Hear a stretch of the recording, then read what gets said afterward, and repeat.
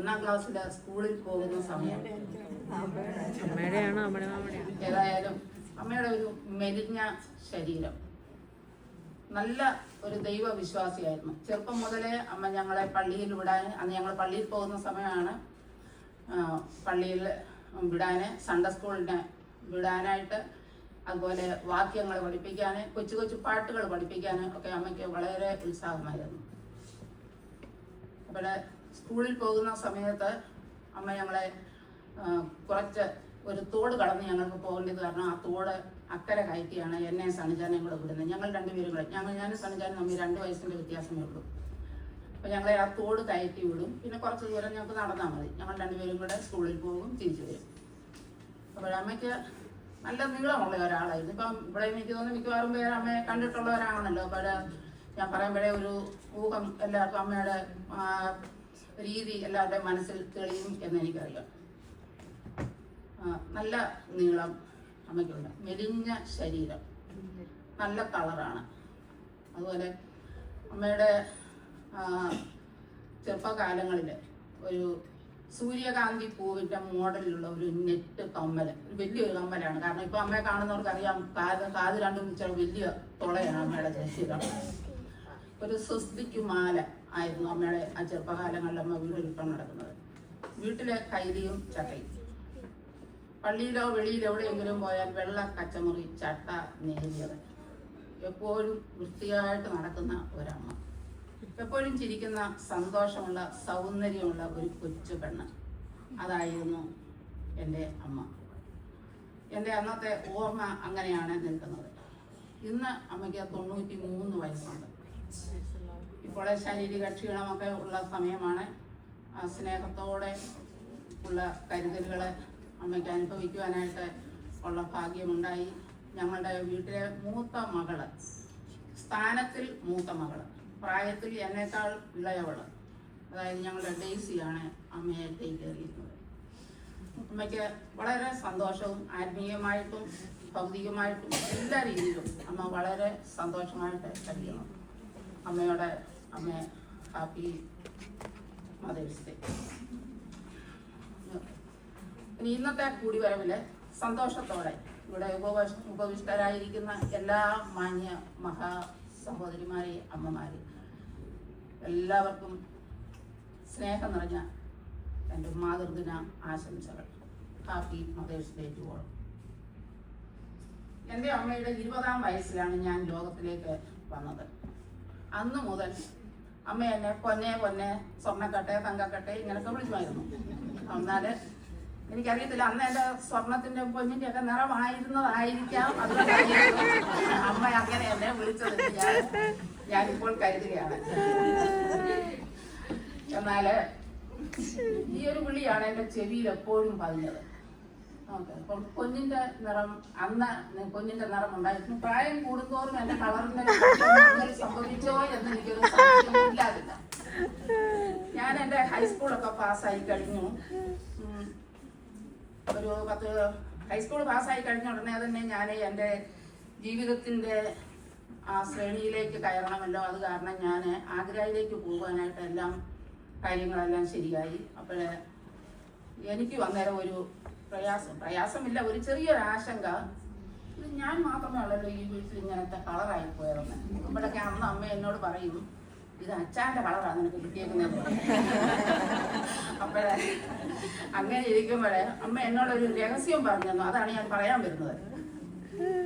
എന്നോട് പറഞ്ഞു, മോളെ, നീ ഏതായാലും ഇവിടെ ഇപ്പം നാട് വിട്ടു പോവാണ്, ഈ ദേശമെല്ലാം വിട്ടു പോവാ, നിന്റെ കൂടെ ഇപ്പോൾ ആരും വരുന്നില്ല. അപ്പോഴേ നീ പോകുന്ന സ്ഥാനത്ത് നിനക്ക് ജീവിക്കാൻ വേണ്ടി നിന്റെ കളറൊന്ന് മാറ്റണമെന്നുണ്ടെങ്കിൽ ഞാനൊരു എണ്ണയുടെ ഒരു ഇൻഗ്രീഡിയൻസ് പറഞ്ഞുതരാമെന്ന് പറഞ്ഞു. എനിക്കത് ഭയങ്കര സന്തോഷമായി. ഏതായാലും ഞാൻ ആപ്ലിക്കേഷനൊക്കെ അയച്ചപ്പോൾ എനിക്ക് സ്റ്റൈപ്പൻ്റൊക്കെ കിട്ടുമെന്നൊക്കെ ഞാൻ അറിഞ്ഞു. അപ്പം ഇത് കൊടുത്താണെങ്കിലും എനിക്ക് ഈ എണ്ണ വാങ്ങിക്കാമല്ലോ, മുഖത്ത് തേക്കാമല്ലോ എന്നൊരു ഐഡിയ എൻ്റെ മനസ്സിൽ. അപ്പം എന്നോട് പറഞ്ഞു, ആ ബൈബിൾ എടുത്തോണ്ട് വാ, വേദപുസ്തകം എടുത്തോണ്ട് വാ, യോശുവയുടെ പുസ്തകം 1-ാം അധ്യായത്തിൻ്റെ 7-ാം വാക്യം ഈ ഒന്ന് വായിച്ച് അതിനകത്ത് ആ ഇൻഗ്രീഡിയൻസ് ഉണ്ടെന്ന് പറഞ്ഞു.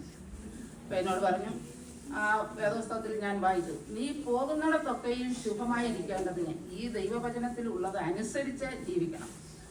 നീതി സൂര്യൻ വരുമ്പോൾ തൻ്റെ പ്രഭയിലെ ആ കാന്തിയാലെ നിന്റെ ഇരുൾ നിറമൊക്കെ മാറുന്ന ഒരു സമയമുണ്ടെന്ന്. അപ്പം ഞാൻ ഈ എണ്ണയൊക്കെ എടുത്തു, എണ്ണയുടെ ഇൻഗ്രീഡിയൻസ് ഒക്കെ കേട്ടു. അപ്പോൾ പറഞ്ഞു, നീ എവിടെ പോയാലും ധൈര്യമായിട്ടിരിക്കണം എന്നുണ്ടെങ്കിൽ ഈ വചനം അനുസരിച്ച് ജീവിച്ചോണം എന്ന് പറഞ്ഞു. അപ്പോൾ ഈ എണ്ണയുടെ ഗുണം എന്നോട് പറഞ്ഞു തന്നു. എണ്ണയുടെ ഇൻഗ്രീഡിയൻസ് ആദ്യം പറഞ്ഞു, അത് കഴിഞ്ഞ് എണ്ണയുടെ ഗുണങ്ങൾ എന്നോട് പറഞ്ഞു.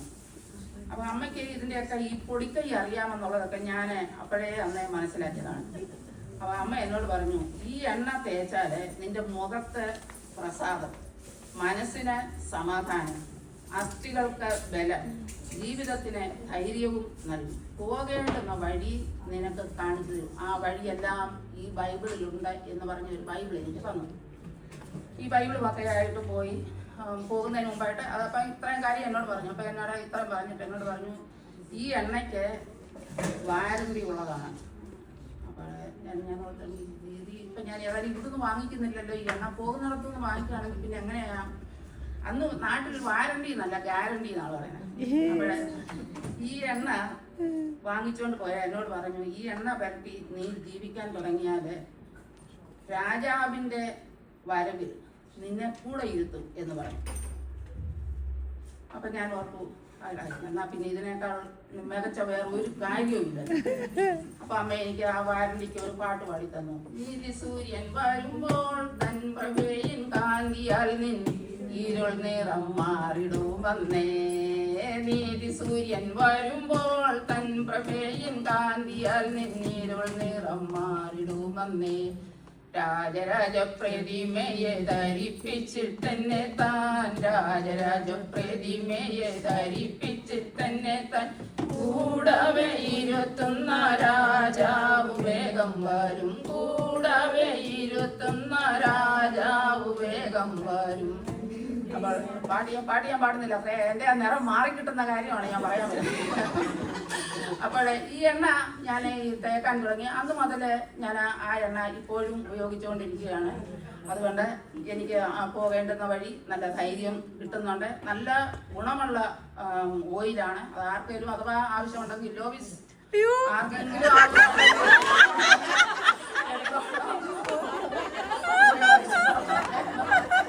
എന്ന് പറയുകയാണ്. എൻ്റെ അമ്മയ്ക്ക് ഒത്തിരി ഡിഗ്രി ഉള്ള ആളായിരുന്നു. ഒരുപാട് ഡിഗ്രികളുണ്ട്. എൻ്റെ അമ്മയുടെ കാര്യം പറഞ്ഞെങ്കിലും നമ്മുടെ ഇവിടെ ഇരിക്കുന്ന എല്ലാ അമ്മമാരുടെയും കാര്യമാണ് ഞാൻ പറയുന്നത്. എല്ലാ അമ്മമാർക്കും നമ്മളൊക്കെ ഉദ്ദേശിക്കുന്നതിലൊക്കെ ഭയങ്കര ഡിഗ്രി ഉള്ള ആളാണ്. അമ്മ ഒരു ആസ്ട്രോണട്ടായിരുന്നു. അതായത് 1969 നീൽ ആംസ്ട്രോങ് അമേരിക്കയിൽ നിന്നും ചന്ദ്രനിൽ പോയി നടന്നത്. എന്നാല് ഞാന് ജനിച്ചപ്പോ മുതലേ ഞാൻ ചന്ദ്രനിൽ പോകാറുണ്ട്. അമ്മ എന്നെ വിടും. അമ്മ ഇങ്ങനെ ഇങ്ങോട്ട് എടുത്തുകൊണ്ട് വന്നിട്ട് എടുത്തറിയാറാ, ചന്ദ്രനിൽ പോയിട്ട് വാ, ചന്ദ്രനിൽ അപ്പൊ അങ്ങനെ പല പ്രാവശ്യം ചന്ദ്രനിൽ പോയിട്ടുണ്ട്. അതുപോലെ നമ്മുടെ അമ്മമാർക്ക് ഒരു അഡ്വക്കേറ്റ് ആണ്. നമ്മളെ അമ്മമാർക്ക് പ്രായമാർക്കൊന്നും അറിയത്തില്ല, നാട്ടിലുള്ളതൊന്നും അറിയത്തില്ല. നാട്ടിലുള്ള അമ്മമാരെയാണ് ഞാൻ കൂടുതലായിട്ടും പറയുന്നത് കേട്ടോ.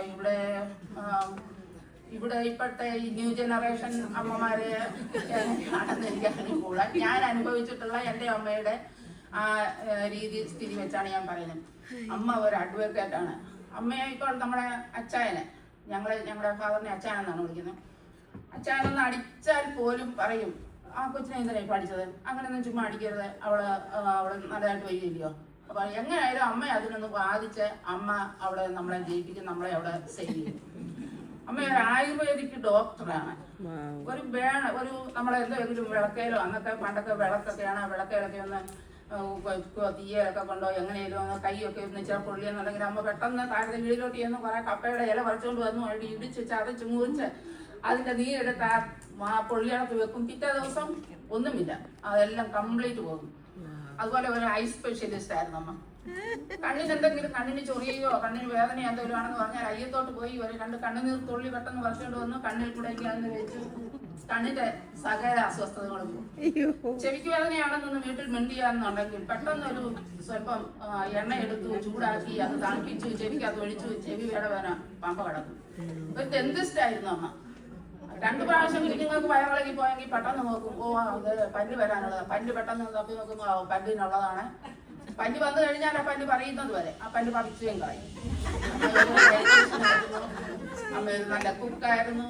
അമ്മ ക്ലീനിങ് ലേഡി. എല്ലാ അമ്മമാരെ പറ്റിയാണ് ഞാൻ പറയുന്നത്. ഒരമ്മയ്ക്ക് വേണ്ടിയല്ല, എല്ലാ അമ്മമാരുടെയും കാര്യമാണ് പറയുന്നത്.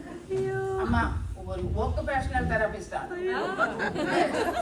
രാവിലെ എഴുന്നേറ്റ് കുളിപ്പിക്കും, കൈയെല്ലാം എടുത്തു വെച്ചു, എല്ലാം അപ്പർ ബോഡി എല്ലാം കംപ്ലീറ്റ് ശരിയാക്കും. ഒരു ഫിസിക്കൽ തെറാപ്പിസ്റ്റ് ആണ്. കാല് മുട്ട് മടക്കുക, വിരൽ മടക്കുക, എല്ലാ സർവ്വ കാര്യങ്ങളും. അമ്മ ഒരു പൊഡായിസ്ട്രി മുട്ടുക, ക്ലീൻ ചെയ്യുക, ഫയൽ ചെയ്യുക, ഇങ്ങനെയുള്ള കാര്യങ്ങളെല്ലാം. ഒരു പ്രോബ്ലം സോൾവറാണ്. അമ്മ ഒരു ഡൈവറാണ്. അമ്മ അത് എൻ്റെ അമ്മയെ പറ്റി എനിക്ക് പ്രത്യേകം പറയാനുള്ളത്. ഞാനും സണ്ണിച്ചാനും കൂടെ, ഞാൻ 2ാം ക്ലാസ്സിൽ, സണ്ണിച്ചാന് 4ാം ക്ലാസ്സിൽ സ്കൂളിൽ പഠിച്ചിട്ട് പോയി. ഒരു ദിവസം ഒരു മഴ സമയമായിരുന്നു, വെള്ളപ്പൊക്കം ഉണ്ടായി. തോട്ടിലൊരിച്ചിരി അല്പം വെള്ളം കൂടുതലുണ്ടായിരുന്നു. രാവിലെ മഴ ഇല്ലായിരുന്നു, വെള്ളത്തിന് പൊക്കമില്ലായിരുന്നു. അപ്പം ഞങ്ങളിങ്ങനെ നോക്കി നിൽക്കുകയാണ്. നിന്നു, അമ്മ വന്നില്ല. അമ്മ ഇച്ചിരി നേരത്തെ ഞങ്ങളെ സ്കൂളിൽ നിന്ന് വിട്ടത് കാരണമാണ് അമ്മ വരാൻ താമസിച്ചത്. സണ്ണിച്ചാൻ എൻ്റെ പുസ്തകമൊക്കെ വാങ്ങിച്ചുകൊണ്ട് തോട്ടിൽ ഇറങ്ങി എന്നോട് പറഞ്ഞു, നീ ഇവിടെ നില്ല, ഞാൻ പുസ്തകം കണ്ട് തോടിനക്കരെ വെച്ചിട്ട് വരാമെന്ന് പറഞ്ഞു. ഇറങ്ങി. സണ്ണിച്ചാൻ കുറേ ദൂരം അങ്ങ് ഒഴുകിപ്പോയി. ഭയങ്കര വെള്ളമായിരുന്നു.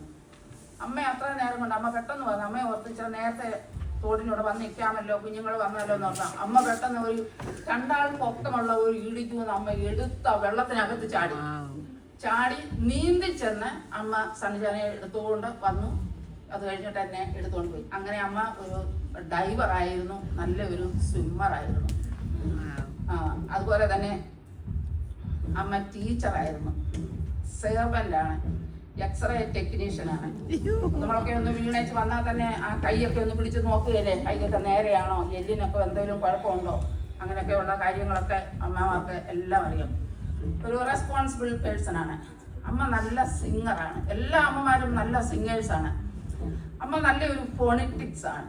ഫോണിറ്റിക്സ് എന്ന് പറഞ്ഞ വാക്ക് ഇവിടെ കൂടുതലും സംഗീതജ്ഞര് ഇവിടെ ഇപ്പോൾ ഉള്ളത് കാരണം ഞാൻ അതിനെപ്പറ്റി വിശദീകരിക്കണമെന്ന കാര്യമില്ല. എന്നാലും ഞാൻ ഒരു വാചകത്തില് എന്ന് പറയാം. ഫോണിറ്റിക്സ് എന്ന വാക്കിന്റെ അർത്ഥം മലയാളത്തിൽ വ്യഞ്ജനത്തിന്റെയും സ്വര അക്ഷരങ്ങളുടെയും ഇടയിൽ നിന്നും കണ്ടത്തിൽ നിന്നും വരുന്ന ശബ്ദത്തെയാണ് ഫോണിറ്റിക്സ് എന്ന് പറയുന്നത്. അപ്പോഴേ അമ്മമാര് പാട്ട് പാടുമ്പോൾ പാടുമല്ലോ എല്ലാവരും.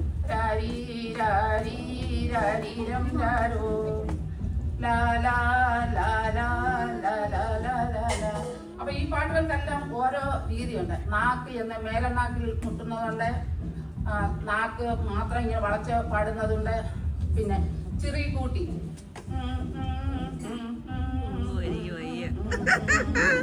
അപ്പൊ ഇനിയത്തെയാണ് ഞാൻ പറയുന്നത്. ഈ ഫോണിറ്റിക്സിന്റെ അത് കണ്ടത്തിൽ നിന്ന് വരുന്ന ഒരു ശബ്ദമാണ്. അതെങ്ങും മുട്ടത്തില്ല. നാക്കിലോ ചെറിയിലോ മേൽനാക്കിലോ ഒന്നും മുട്ടത്തില്ല.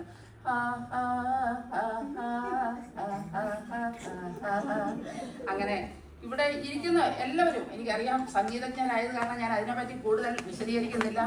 കാരണം മുമ്പ് തുടങ്ങിയപ്പോഴേ സൈനു പറഞ്ഞു സമയത്തിന്റെ ലാഘവത്തെ കുറിച്ച്. അതുകൊണ്ട് ഞാൻ സമയം അധികം ഞാൻ എടുക്കുന്നില്ല. എങ്കിൽ തന്നെയും എനിക്ക് കിട്ടിയ സമയം ഞാൻ തക്കത്തിൽ ഉപയോഗിക്കുന്നേ ഉള്ളൂ.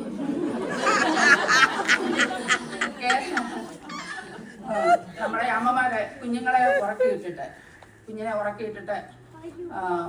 നമ്മുടെ നാട്ടിലൊക്കെ ആണെന്നുണ്ടെങ്കിൽ, അത് പ്രത്യേകിച്ച് ഞങ്ങളെ ഒരു വനാന്തര പ്രദേശത്താണ്, റാന്നിയിലാണ് താമസിക്കുന്നത്. അപ്പോൾ ഞങ്ങളുടെ അടുത്ത് മുറ്റത്തുള്ള ആ മരത്തില് തെങ്ങിലും മാവിലും എല്ലാം കുയിൽ വന്നിരുന്നുണ്ട്. നല്ല കുയിൽ ശബ്ദത്തിൽ പാട്ട് പാടും. അപ്പൊ അമ്മ കുഞ്ഞുങ്ങളെ ഉറക്കിയിട്ടിട്ടൊക്കെ അതൊക്കെ ഞാൻ കേട്ടിട്ടുണ്ട്. ലീലാമ്മയൊക്കെ ഉറക്കിയിട്ടേച്ച് അമ്മ പറയും, എൻ്റെ കുയിലെ ആ ശബ്ദത്തിന്റെ വോളിയം ഒരു സ്വല്പം ഒന്ന് കുറച്ച് എൻ്റെ കുഞ്ഞൊന്ന് ഉറങ്ങിക്കോട്ടെ എന്ന് പറയും. അതുപോലെ അന്നൊക്കെയുള്ള വീടുകളൊക്കെ വാർപ്പ് കെട്ടിടങ്ങളോ ഓടിട്ട കെട്ടിടങ്ങളോ ഒന്നുമല്ല. നമ്മളൊക്കെ ഓലമേഞ്ഞ വീടുകളെ, പലകയടിച്ച വീടുകളെ, അങ്ങനെയൊക്കെയുള്ള വീടുകളായിരുന്നു നമ്മുടെ എല്ലാവരെയും. പിന്നെ നമ്മുടെ സാമ്പത്തിക സ്ഥിതികളൊക്കെ മാറി വന്നപ്പോഴാണ് എല്ലാം വാർപ്പ് കെട്ടിടങ്ങളെ, ഓടിട്ട കെട്ടിടങ്ങളൊക്കെ ആക്കിയത്. അന്നൊക്കെ സൂര്യപ്രകാശം വീടിനകത്തോട്ട് ഈ പലകയ്ക്ക് ഇടയിൽ കൂടെ അല്ലെങ്കിൽ ചെറ്റയുടെയോ ഓലയുടെയോ ഒക്കെ ഇടയ്ക്കോട്ട് വീഴി വരുമ്പോഴേ അമ്മ പറയാറുണ്ട്, എൻ്റെ നിലാവേ ഇതിൻ്റെ ഈ വോൾട്ടേജ് ഒരല്പം ഒന്ന് കുറയ്ക്കണേ, പ്രകാശം കൂടിപ്പോയാൽ കുഞ്ഞിന് ഉറങ്ങാൻ പറ്റത്തില്ല ഇല്ലേ. അങ്ങനെയൊക്കെയാണ് നമ്മുടെ അമ്മമാരെ നമ്മളെയൊക്കെ ഉറക്കിക്കൊണ്ടിരുന്നത്. ഓക്കെ, ഇനി ഞാൻ ഒരു പോയം ചെറുതായിട്ട് ഞാൻ ഒന്ന് വായിച്ചിട്ട് പെട്ടെന്ന് നിർത്തിയേക്കാം. ഒരു കവിതയാണ്. പാരിൽ പിറന്നൊരു നാളിലാമറിലെ ചൂടു പകർന്നു പിന്നെന്നും കോരിയെടുത്തെന്നെ വാരിപ്പുണർന്നെന്റെ നെറുകയിലും മകൾ തന്നു. കുഞ്ഞിളം പൂ പോലുള്ളോരന്മേനിയിൽ എണ്ണ പുരട്ടിയതെന്റെ അമ്മ. വെള്ളിത്താളികയിൽ വെള്ളം നിറച്ചെന്നെ എന്നെ കുളിപ്പിച്ചതെന്റെ അമ്മ. ഉച്ചിയിൽ വെള്ളം ഇറങ്ങാതെ കച്ച കൊണ്ടു എന്നെ തുവർത്തിയതും എന്റെ അമ്മ. കണ്ണേറു തട്ടാതെ എന്റെ കവിളിൽ മഷിപ്പൊട്ടൊന്ന് തൊട്ടതും എന്റെ അമ്മ. പിച്ച വെച്ചു ഞാൻ നടന്നൊരു കാലമൻ കൈപിടിച്ചു കൂടെ വന്നു. ഉച്ചവെയിലത്തു കളിച്ചു നടന്നപ്പോൾ ഉച്ചത്തിൽ എന്നെ വിളിച്ചു. അച്ഛന്റെ ചൂരലിൻ തുമ്പത്തു നിന്നെന്നെ എന്നും ഒളിപ്പിച്ചതും എന്റെ അമ്മ. ദീനങ്ങളെന്നെ അലട്ടിയ നാളേറെ ദൈവങ്ങളെ വിളിച്ചതും എന്റെ അമ്മ. നോവുകൾ നിദ്ര കവർന്ന നിശകളിൽ കാവേലാളായി നിന്നതും എന്റെ അമ്മ. എന്നെ ഉറക്കുവാൻ കണ്ണിമ പൂട്ടാതെ താരാട്ടു പാട്ടുകൾ പാടി തന്നതെന്റെ അമ്മ. ആദ്യാക്ഷരം പൂഴിയിൽ ഞാൻ ആദ്യം കുറിച്ച നളൻ വിരൽ വേദനിച്ചപ്പോൾ ഉദ്യമിച്ചിടുകിൽ നീ വിജയിച്ചിടും എന്ന് ആദ്യം എന്നോട് ചൊല്ലിയതും എന്റെ അമ്മ. ഉദ്യമിച്ചിടുകിൽ നീ വിജയിച്ചിടും എന്ന് ആദ്യം എന്നോട് ചൊല്ലിയതും എന്റെ അമ്മ. വിദ്യാലയത്തിൽ അന്ന് ആദ്യമായി പോയപ്പോൾ കൈവീപിച്ചു ഞാൻ കരഞ്ഞു. ഞാൻ അറിയാതെ അമ്മ ചുവരിൻ മറവിൽ എൻ ചേഷ്ടകൾ നോക്കി നിന്നു. പിന്നിട്ട വർഷങ്ങൾ ഏറെയായെങ്കിലും അമ്മയ്ക്കു ഞാനെന്നും ഉണ്ണി തന്നെ. വാത്സല്യമെന്നല്ലാതൊരു നാളുമാ ഉള്ളത്തിൽ ഞാൻ കണ്ടതേയില്ല.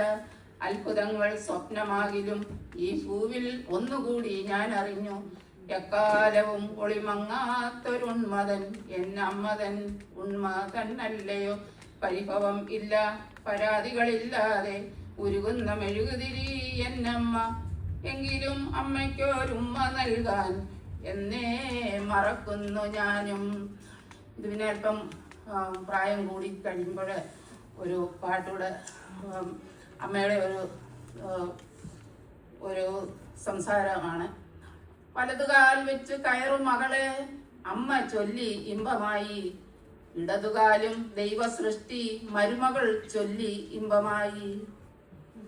അമ്മയും കൂടെ നിന്നവരും ഒന്ന് ഞെട്ടി. ചിലർക്കത് അഭിമാനം, പലർക്കും ദുരഭിമാനം. അമ്മ ഉള്ളിൽ ദൈവത്തോട് പറഞ്ഞു, പിതാവേ വിനയം ഞങ്ങളിൽ ഉദിക്കട്ടെ. വന്നവരും നിന്നവരും എല്ലാം ഞെട്ടി. കേട്ടവരും കണ്ടവരും എല്ലാം പിന്നെയും ഞെട്ടി. എല്ലാവരുടെയും ഞെട്ടലിനു ശേഷം ഉഷ്ണേന ശാന്തി. സുവാർത്ത ഘോഷിക്കും മർത്യന്റെ പാദങ്ങൾ.